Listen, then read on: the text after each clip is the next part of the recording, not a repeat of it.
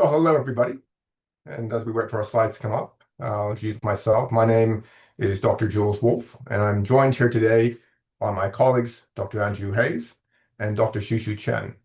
And so we're going to be presenting on Work Package 2, which is an evaluation of the implementation of the ISE, lessons from ADO staff, ASP, and athletes. So the purpose of our study was to examine the ways in which anti-doping organizations responded to and implemented the ISE by conducting a process and impact evaluation. So whereas an impact evaluation shows whether a policy worked, a process evaluation explains how and why it worked, and that takes into account contextual factors. As such, a process evaluation can help identify ways to improve implementation. And so our focus was, how was the ISE received? How did it influence ADO's design and delivery of education? The challenges that they encountered, and whether this affected ASP and athletes' experiences of anti-doping education. We conducted interviews with ADO stakeholders, and this included ADO staff, athlete support personnel, and athletes. Specifically, in 2023, we interviewed 33 staff members, 26 ASP, and 25 elite athletes from 6 ADOs from around the world. In 2024, we followed up with 27 of these staff members. And then in 2025, we interviewed 12 staff members from 8 Tier 4 organizations. And in total, we had 96 people who were interviewed. That included 46 men and 50 women. And that resulted in 131 interviews in total that lasted just under 105 hours.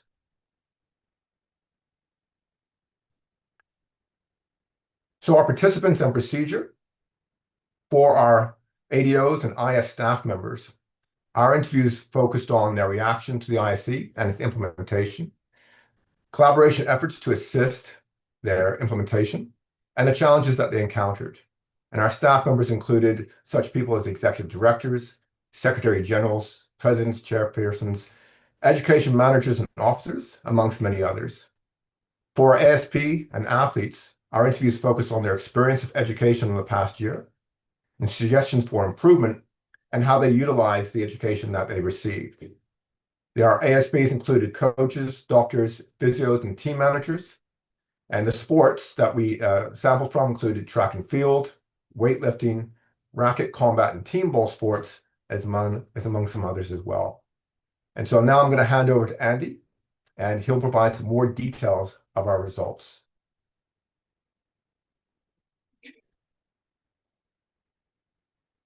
Thank you very much, Jules. Firstly, I just want to take a moment to thank the organisations that were part of the project. To begin with, the Super 6 organisations, the ADO staff from our Year 1 and Year 2 interviews, and the fantastic Tier 4, the ADOs, IFs and NOCs that worked with Jules in the past year. Thank you so much for your honesty, your openness and your engagement. Without them, this package of work wouldn't have been possible. So I'm going to talk over the information, the results that we had from Year 1, Year 2 and the Tier 4 interviews. We had an awful lot of data, as Jules has already touched upon. I'm going to try and highlight some key aspects from each of these and draw some combined insights before handing over back to Jules for the athletes and the ASP. In Year 1, we found that the ISE helped raise the visibility and the status of education for many organisations. It gave anti-doping education legitimacy and structure, and often allowed staff to advocate for greater resources and attention. The implementation of the ISE itself has brought consistency of language and recognition of the growing importance and value of education. The ISE was a harmonising force. It set a global standard for education, where before education plans and programmes and delivery were disparate across the globe. However, for some organisations, as this quote demonstrates, this visibility often translated into symbolic compliance. For us, it wasn't a struggle, but a smooth transition. We were already implementing 85% of what the ISE had. Existing activities were retrofitted to meet the ISE requirements without necessarily changing the underlying education.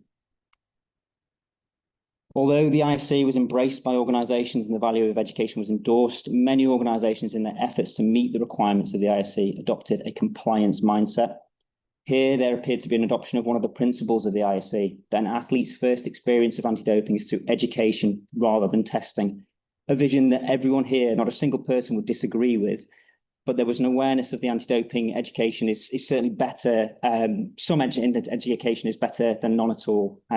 However, this statement was adopted as a vision, particularly in the aspect of showing why you're doing education, not specifically demonstrating that the interventions that are being delivered are effective, worthwhile, and have impact. The compliance mindset dominated across several organisations, particularly in regards to monitoring, where the goal was to prove something had been done, that education activities had taken place, rather than assess if it was effective and evaluating whether athletes and ASP were actually being educated. It should be said that there were a few organisations that had adopted a different approach, either through seeing what was required from the ISC and building their respective programmes from the ground up, or through developing a vision for their education programme that was steeped in their own sporting culture and informed by social science research.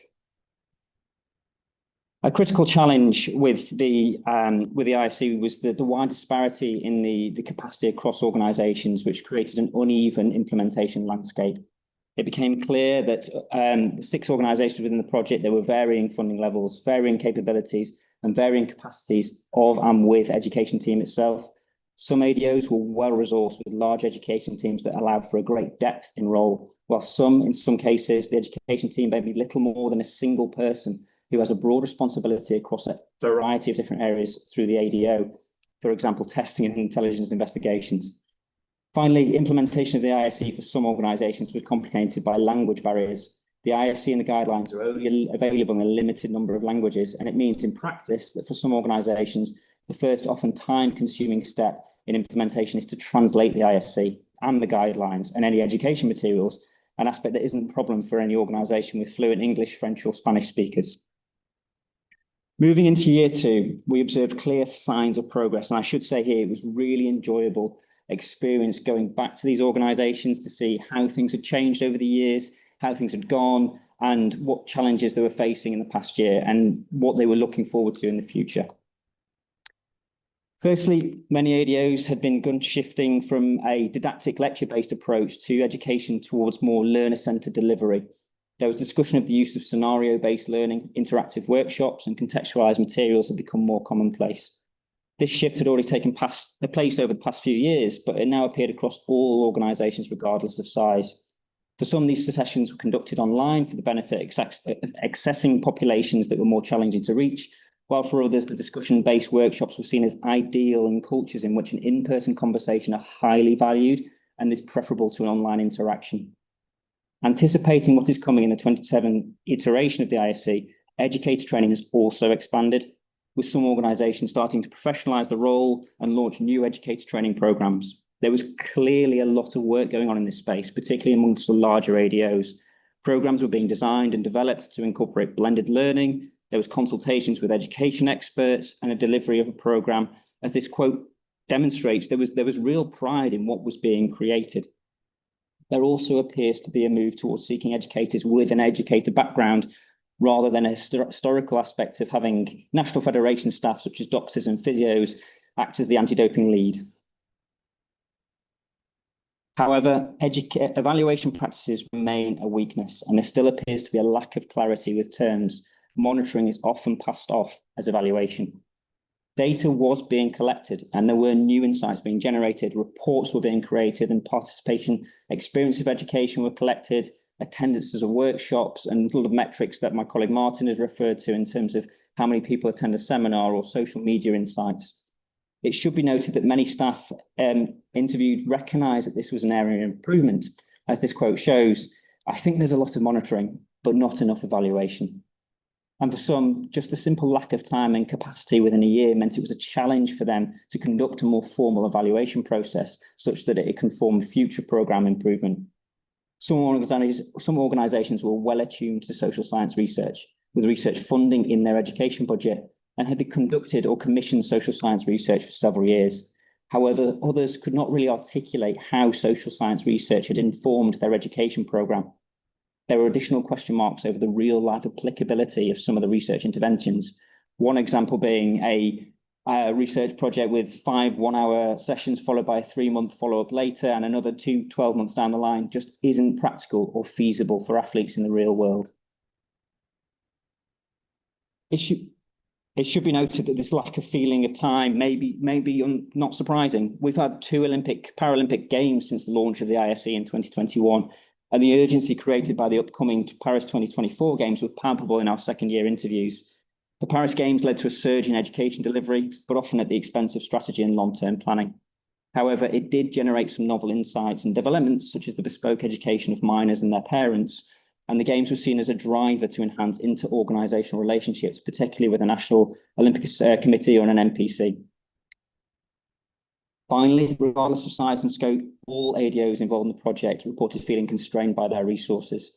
Many ADOs had to make strategic trade-offs, focusing resources on high-risk sports or prioritising athlete groups.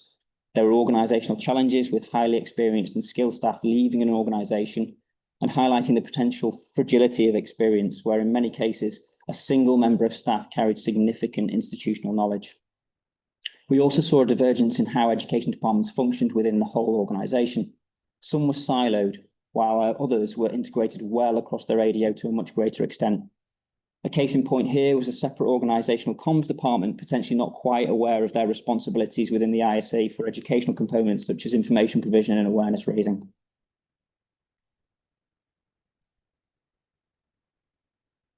Moving on to Tier 4.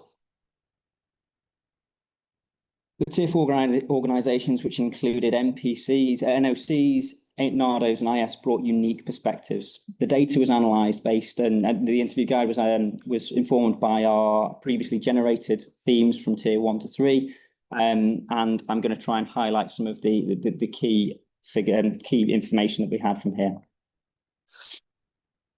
The implementation of the ISE was against different organisational backdrops. Some organisations held anti-doping as a core responsibility, while others were introducing anti-doping for the first time, building their programmes from the ground up. Against this backdrop, 3 strategic approaches were identified. The first, adoption, seen in a similar but less visible way as we'd seen with Tier 1 to 3 data. The second, developmental, where anti-doping activities were being increased. And finally, outsourcing, where ADOs were working with another partner to develop and implement their programme. What appears to influence the approach and the strategic success of implementation is having personnel with the skills and experience to implement programmes, along with the presence of an anti-doping champion at senior levels within the organisation.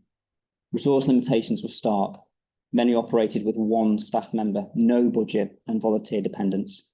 As such, education was often informal, awareness-based, and opportunistically delivered at competitions or through personal networks.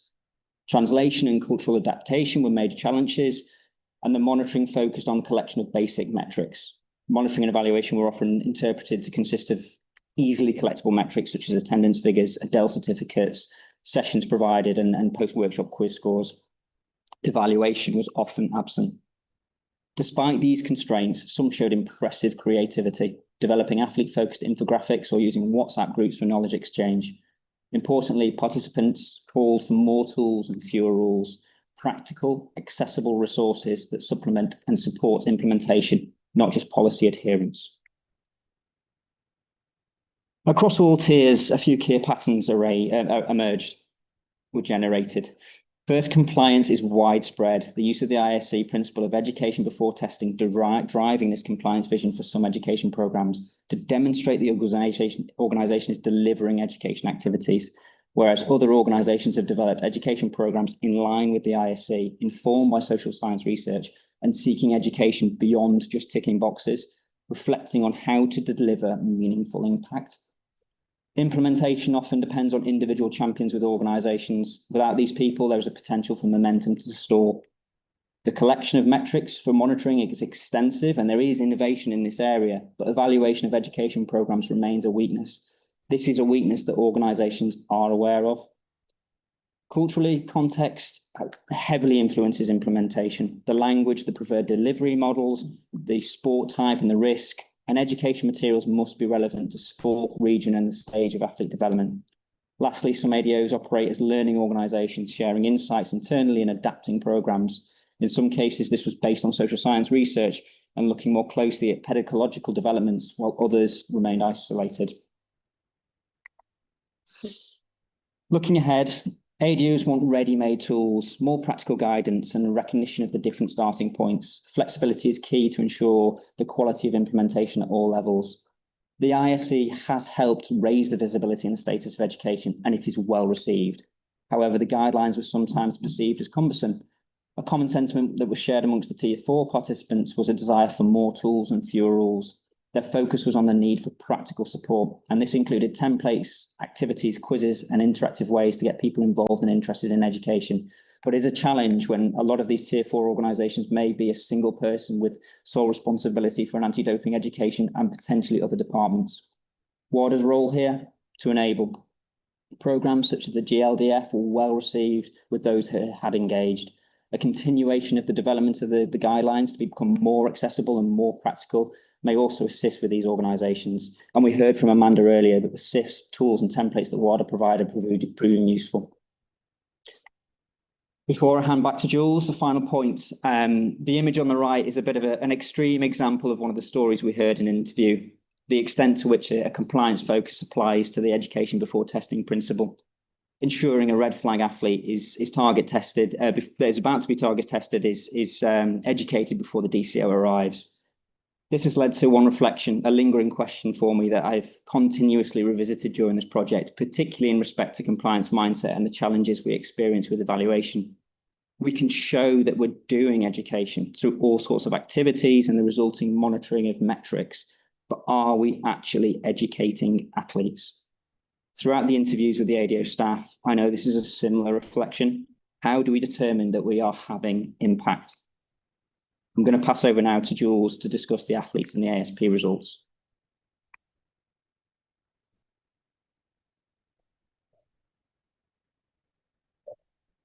Thank you, Andy. And so I'm going to move on and talk about the athletes and ASPs.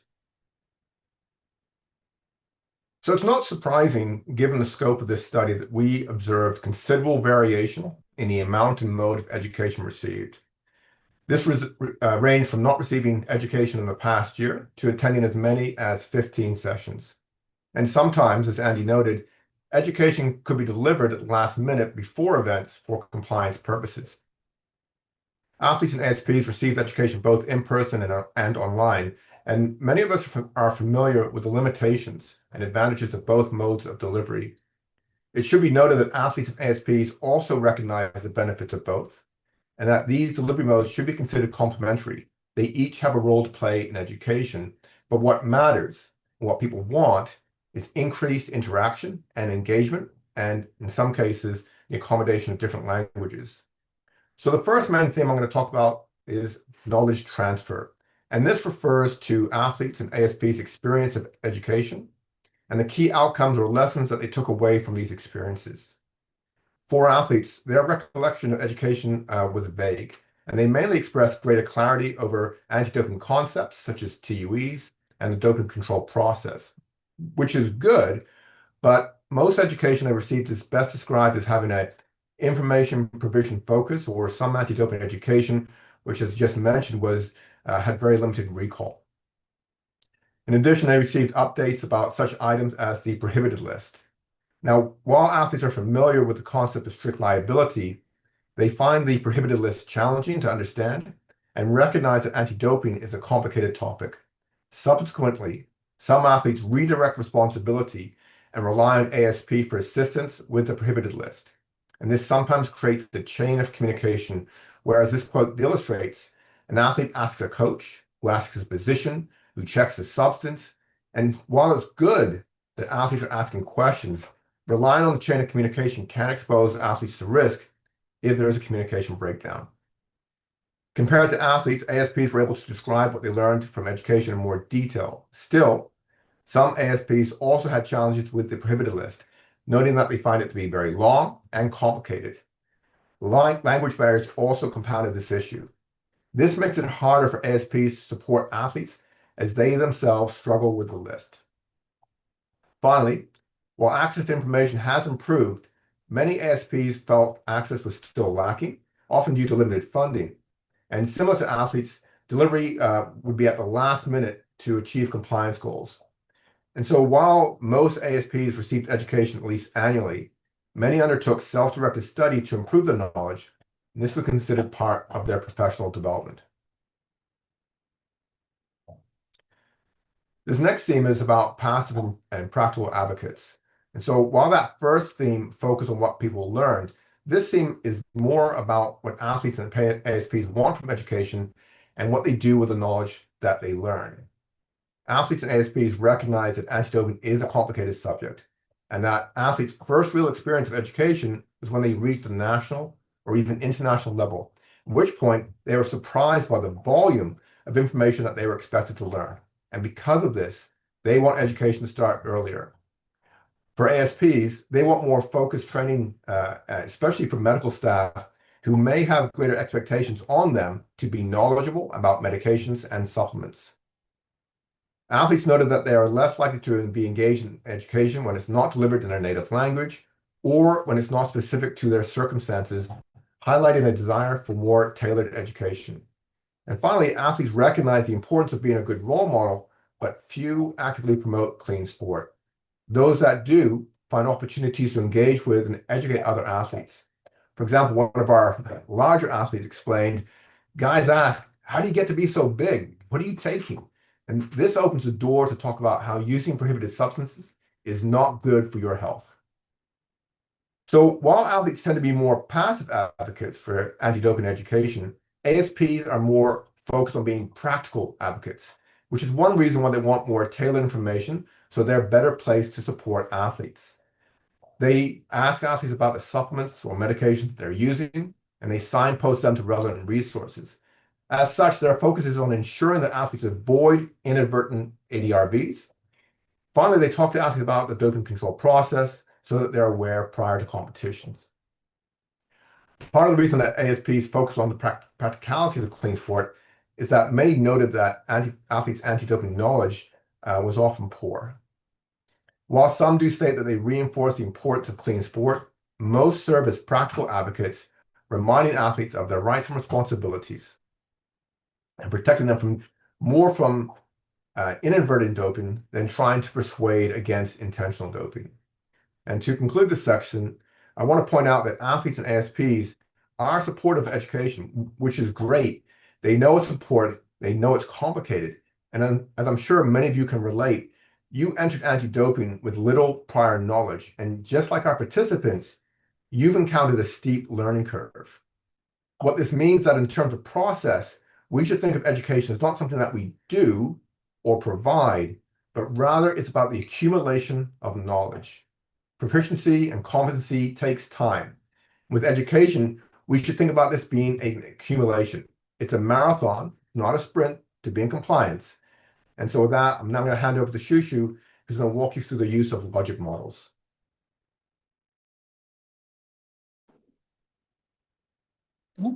Hello, hello to all. I'm going to talk about how we used the logical model. A key tool we used in this evaluation project is the logical models. For those of who are not familiar with logical models, I'm going to just quickly talk you through to the key components. The first is input, refers to the resources being put into places, and then throughput, or sometimes it's called activities, are the actions carried out.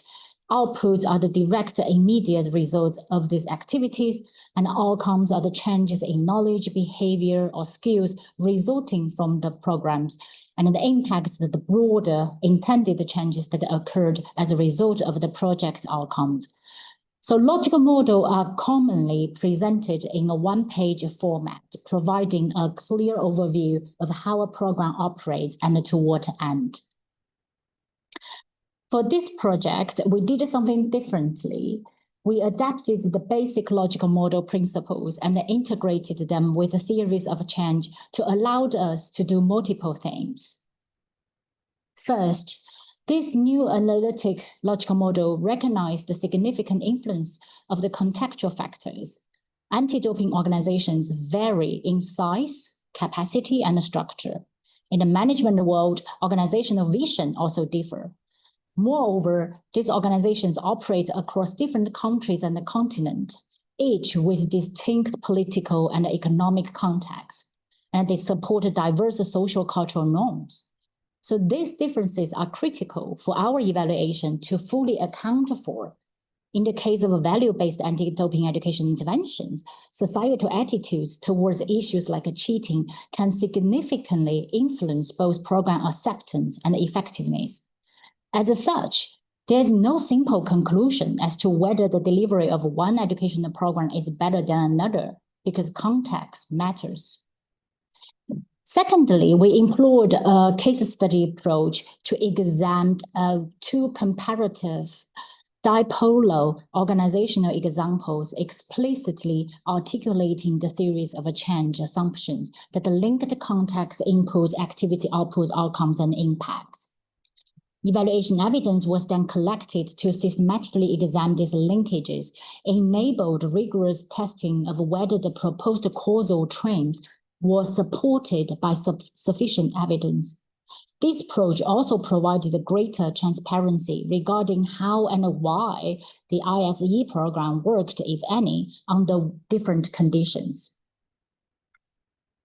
For reasons of confidentiality, the case-specific logical models were subsequently streamlined to remove any information that could risk revealing organizational identities.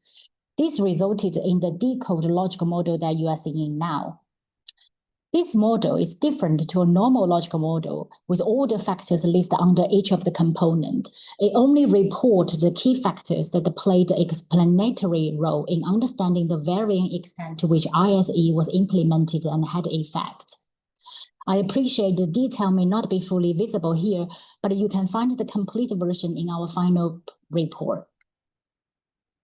What we do want to highlight is the value of this adapted logical model as a tool to support perhaps your own evaluation. We've been using it to plan our evaluation, monitor the progress, and evaluate the evidence through it. And we intended to develop a toolkit from this approach to be shared later on, so that you can use this tool for your own evaluation project. I'm going to hand it over to Jules to summarize. Thank you, Shushu. So to summarize, the ISE has been well received and education is desired, which is great because if it weren't, that would make our task so much harder. But implementation is context dependent and stakeholders at all levels within anti-doping, they require support. Education and knowledge are cumulative. And we think about it that way. We can move from tick box compliance to transformative practices. We're already seeing stakeholders come together to co-create the updated ISE. We know that anti-doping organizations are ready and that athletes and ASPs want education. What's needed now is more of the tools and support for effective implementation. So I want to thank you for your time. Next on our schedule is a comfort break, and that will be for 15 minutes. And then we'll come back for our keynote presentation, which is going to be led by Tony Cunningham, who is the head of research and policy and education at WADA. Thank you.